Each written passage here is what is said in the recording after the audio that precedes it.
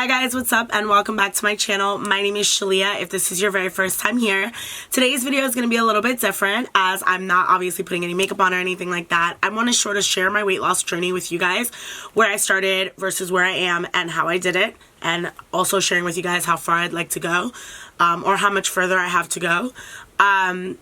Obviously, before we jump into the video, I'm going to ask you guys to do, you guys already know, go ahead and click the subscribe button so that you guys are subscribed and don't miss any videos as I post a new video every week.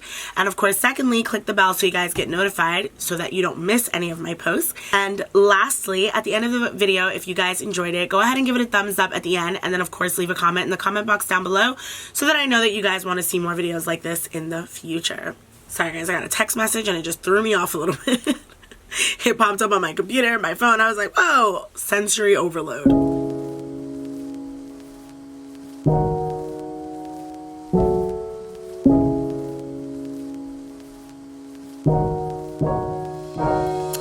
Alright guys, so I'm going to be fully transparent here, and I'm going to share with you guys exactly what I've done, but I want to be clear. Seriously guys, I want to be super clear. This is what has worked for me. If what is working for you is working for you, please continue to do what is working for you. By no means is what I say, like, you know, Bible. I have been down this road many times. I have been vegetarian, I've been vegan, I've gone keto, I've done low carb. I've literally done so many different things, and I have finally found a solution for myself. And I just wanted to be here and share this with you guys because in the event that it worked for me, there is a good chance that it will work for someone else, maybe with their own personal tweaks and touches. So at the start of the pandemic, I was not very comfortable in my weight yet, but I was not in a miserable place either. In March of 2020, I went on vacation, and when I came home, I'd clearly packed on some weight. But unfortunately, throughout the course of the lockdown, I was out of work for 8 months and I was just home. I put on so much weight. By the time I was at my heaviest, I was around 210 pounds. I have never been that heavy in my life. I don't even think I've been that close. But, you know, obviously with sitting around and doing a bunch of nothing and eating terribly, the combination of the two just, you know, was a perfect recipe for me to gain a lot of weight. I obviously went back to work, and in my mind I was like, okay, well, I'm back at work, I'm back to being active, I will lose the weight, and I didn't. And that's sort of what prompted me to start making some lifestyle changes, and that's what prompted me to share this video with you guys today. So what I learned for myself was that, and I'm sure it's the case for a lot of people, I did not have to exercise in order to lose weight. You do not have to exercise in order to lose weight. What you need is to be in a calorie deficit and to burn more calories than you are consuming. The only way to really do that is to eat like, you know, good quality, healthy foods. I essentially leaned towards a plant-based diet. Now, before you click out of the video and be like, I don't want to be vegan, I am not vegan. I say a mostly plant-based diet because the majority of my diet was plant-based. Again, guys, I'm not telling you you have to do this.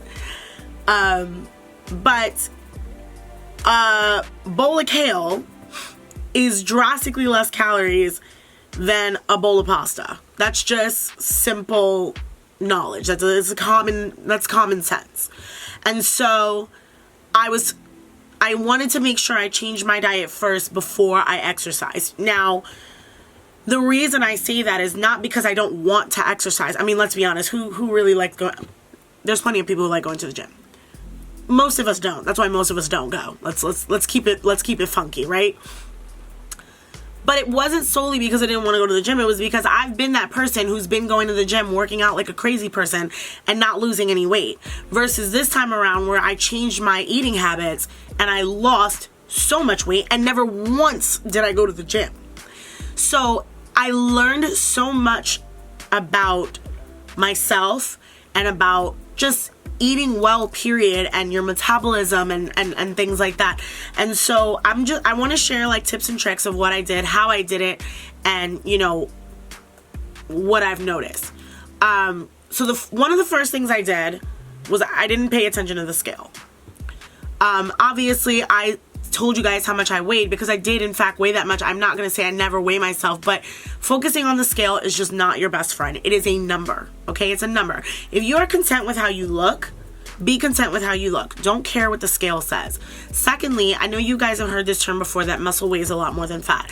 So somebody who's toned, has a lot of definition in their body, can be 160 pounds, and someone who's 160 pounds of just like, you know, fat and no, I mean, everybody has muscle, but you know, someone who doesn't work out is 160 pounds, they look completely different. You might think that the person who's actually 160 pounds is only like 130, and it's just because of how much muscle mass they actually have. And so I never wanted to be fixated on a number that was on a scale.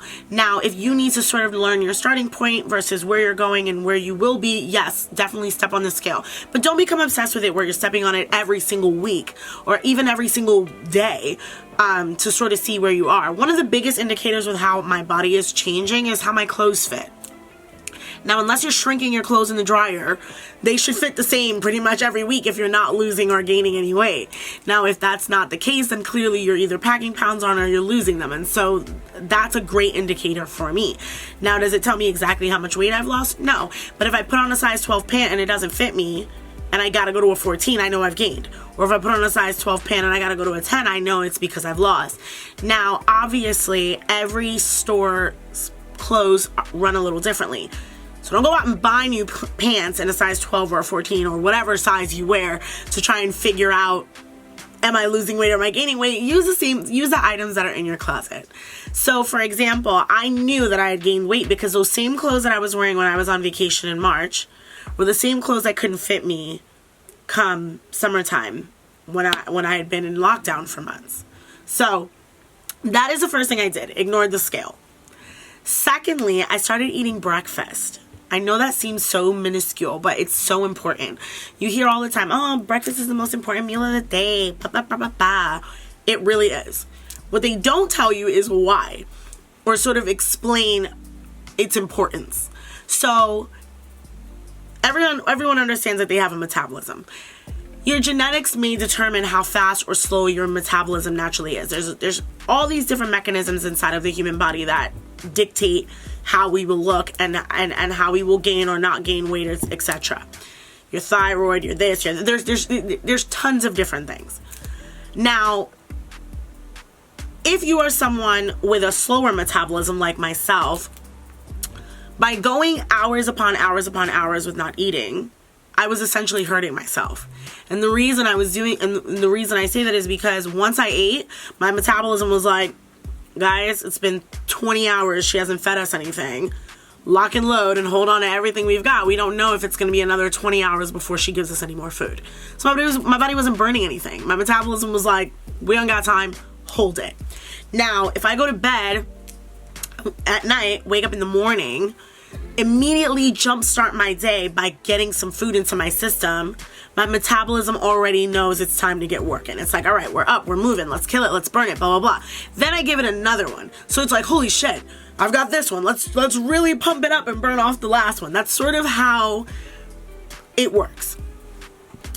So I started eating breakfast. The third thing that I did was I made sure to consume a lot of water. A lot of times we think we're hungry and we're not actually hungry. We're in fact thirsty. But your body sort of processes it the same, with the exception of like your mouth. Your mouth might feel dry. You might know you need something to drink. I've got a coffee here, so I might just suck down some coffee. But in reality, my body is yearning for water. So I made sure to start consuming 1.5 to 2 liters of water per day. I had a big water bottle. Of course, I don't see it right now, but I have a big water bottle that I keep around. That's what I was basically doing. So when I felt hungry, I made sure to have some water. And if it wasn't satisfying, I knew, okay, I actually need to eat. I swapped out the majority of my carbs for vegetables. I didn't do it for all of them. Let's be honest. Every now and then you just want some rice, right? But if I could make a meal with cauliflower rice and it would taste just as good as as it would if I just had rice, I would go for the cauliflower rice or a zucchini noodle or a, you know, something like that. So I made sure to swap out as many of those things as I could. I had a salad almost every single day, or I have a salad almost every single day for lunch. Those are just small things that I needed to make sure I included to see if I could change how I felt, or how I looked, sorry. And in doing that, I changed how I felt. I was not as fatigued. I had more energy. I could stay awake a lot longer. I could do more activities longer, simply because I was feeding my body nutrients rather than just empty calories. And so I'm not on a low carb diet, but I do eat less carbs. And the reason I eat less carbs is the obvious reasons. Carbs break down into sugar, and your body your body will turn sugar into fat. So essentially, the only sugar that I consume for the day is in this. And when I say sugar, I don't use any overly processed sugar. Typically, I add honey to my coffee. While honey is sweet, it has less of an impact on your glycemic index, so it's not as bad for your body as a white sugar, for example. If you don't like honey, you want to do your white sugar, but this is your only source of sugar for the day, it's not a big deal, okay? Really, it's not a big deal. The last thing that I did was I really cut back on fruit. And I'm sure you're like, what? I can't eat fruit? Of course you guys can eat fruit. Of course you can eat fruit. But fruit has a lot of sugar. And unfortunately, for the most part, your body has a hard time differentiating good sugars from bad sugars. I don't know why I did that at a time. Good sugars from bad sugars. It can do it sometimes, but definitely not all the time. And so, by no means would I tell you to not eat fruit, but I say to limit it. You want to make sure you're eating way more vegetables than you are fruit. So for the most part, a lot of times my fruit for the day would be half or a quarter of a banana, and a little bit of berries. So sometimes like I'll have like blueberries or a strawberry for breakfast. Guys, I meant I'd have that with breakfast. I'll throw a quarter of a banana in my smoothie or in my oatmeal, or maybe like some days I'll have cherries, and I'll put that in a smoothie. But typically for the most, and pineapples as well. But typically for the most part, that is all of the fruit that I tend to consume. Now, of course, if you want an apple, eat the apple. Apples are quite good for you. If you want the pear, eat the pear. The point is what you're consuming in moderation versus what you're consuming in excess. Consume your leafy greens and your vegetables in excess. Consume your fruit and your carbs and things like that in moderation. So that is what I learned and what has been the most effective for me. So an example of what of a smoothie for me would be some water, protein powder. I do vegan protein powders because I am severely lactose intolerant, and whey just screws me up. So I do a no sugar vegan protein powder that I mix with water, a quarter of a banana, zucchini, a handful of kale, and literally, guys, that's it. It tastes so good because the protein powder, while it has no actual sugar, has a like a sweetener in it. It probably has like erythritol or what's another one? I can't like stevia inside, and so those don't really impact your sugar intake at all for the day, but it still tastes like it has some sweetness. So my protein smoothies, I'm obsessed with. I love them. I make them on the regular. Sometimes I'll make different recipes where I'll throw my coffee in it. So I'll have like a coffee smoothie with caramel. Like, it's like, I just wanted to make sure I found ways that I enjoyed eating.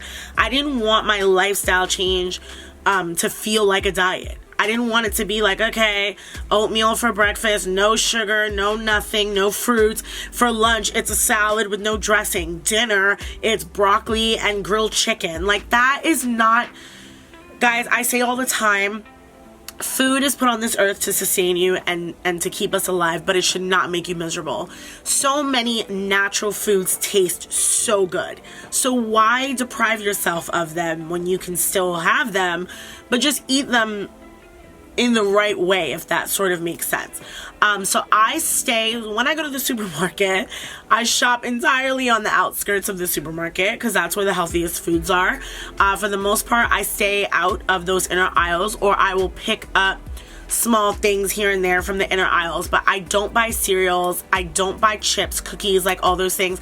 I even started popping my own popcorn on the stove. It is literally the easiest thing. It's like a couple scoops of oil and literally the popcorn, and you cook it right there on the stove. There's low salt, so I keep my blood pressure in check, my cholesterol in check, my sugar in check, and I'm all of this and I'm still losing weight. So do I enjoy eating? Yes. Do I have McDonald's from time to time? Yes. But I can also allot myself those cheat days, or cheat meals, if you want to call them, because I eat so well during the rest of the week. Now, am I going to burn off the McDonald's that I ate the next day? Probably not. And but essentially, I've burned so many calories at the beginning of the week, it's not really essential for me to burn this particular meal. You cannot burn off one meal. You cannot burn off one slice of pizza, or your ice cream. Like, it's just that it just doesn't work like that. And so in order to sort of understand what it means to be in a calorie deficit, you have to burn more calories than you eat. And so while I was not exercising, I was still active. So I got up and I was going to work. I was walking. I walked my dog.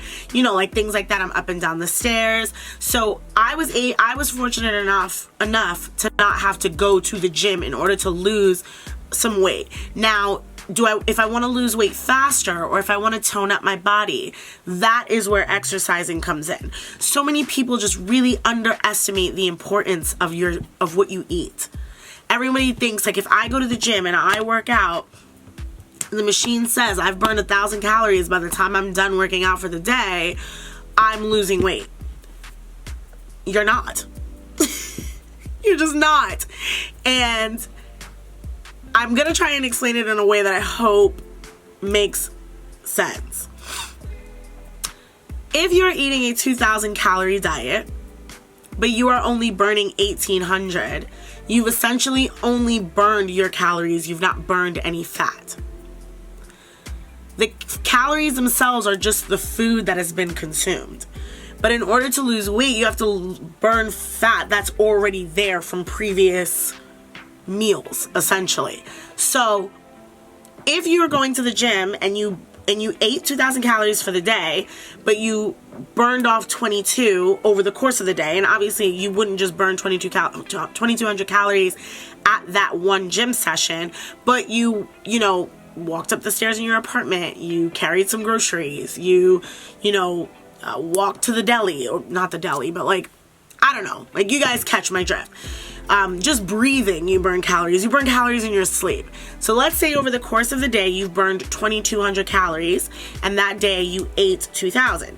So you've already burned off the calories that you consumed, and the extra 200 calories that you've now burned were the previous fat that you had. So that day you were in a calorie deficit and you lost weight. I really hope that makes enough sense that you guys understand it. That is the only way to lose weight. That's it. You have to literally burn more calories than you eat. So if your daily activities only burn you about 500 calories a day, you're not going to lose any weight. That is why I wanted to make sure to stress this is what worked for me. Now, if your daily activities, let's say you're a FedEx delivery driver. I don't know. I'm randomly throwing shit out now. Or a garbage man. You work at a clothing store. I'm literally throwing out any job that requires physical activity.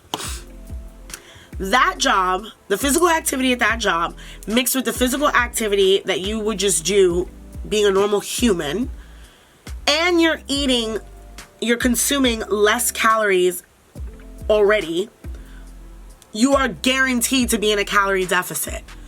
So those people are more likely to lose a couple of pounds versus the person who's sitting at their desk all day.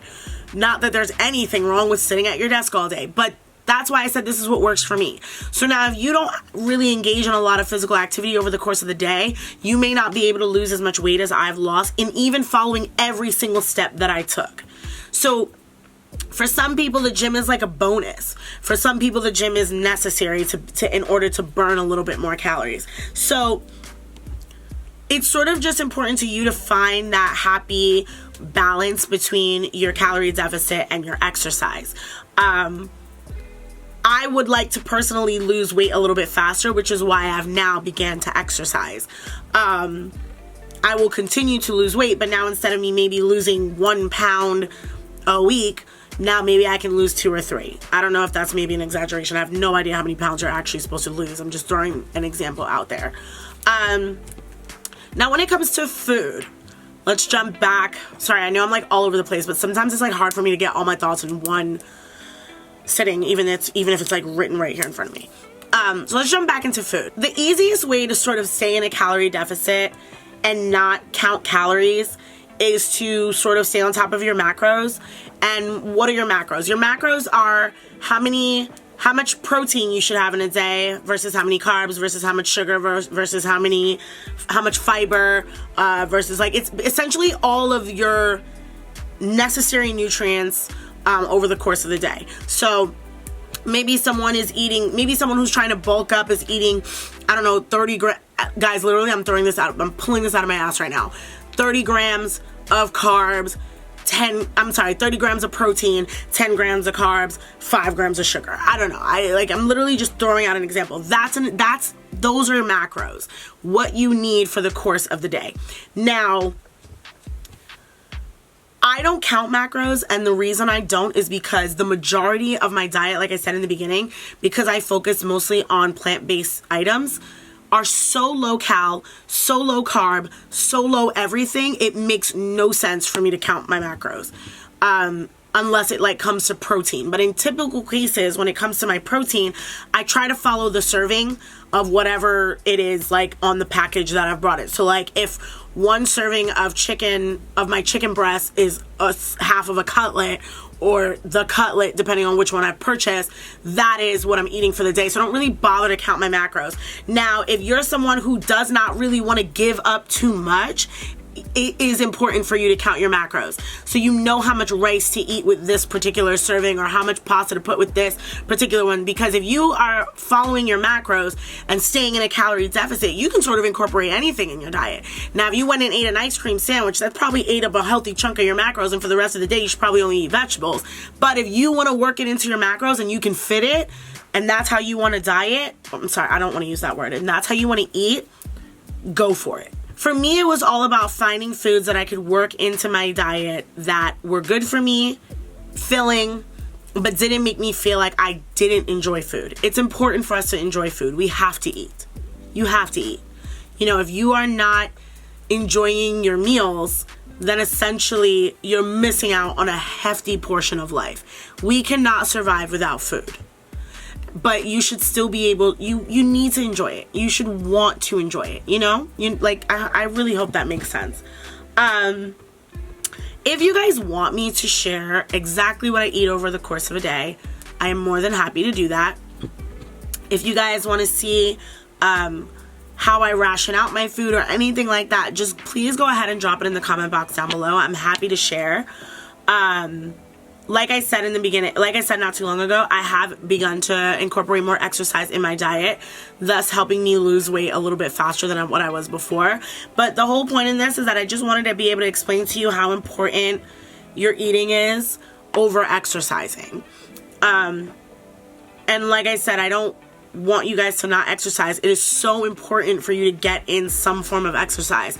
But if you get up every day and take a walk for 30 minutes, no matter how you get in your 30 minutes of a walk, that is better than sitting on your ass all day.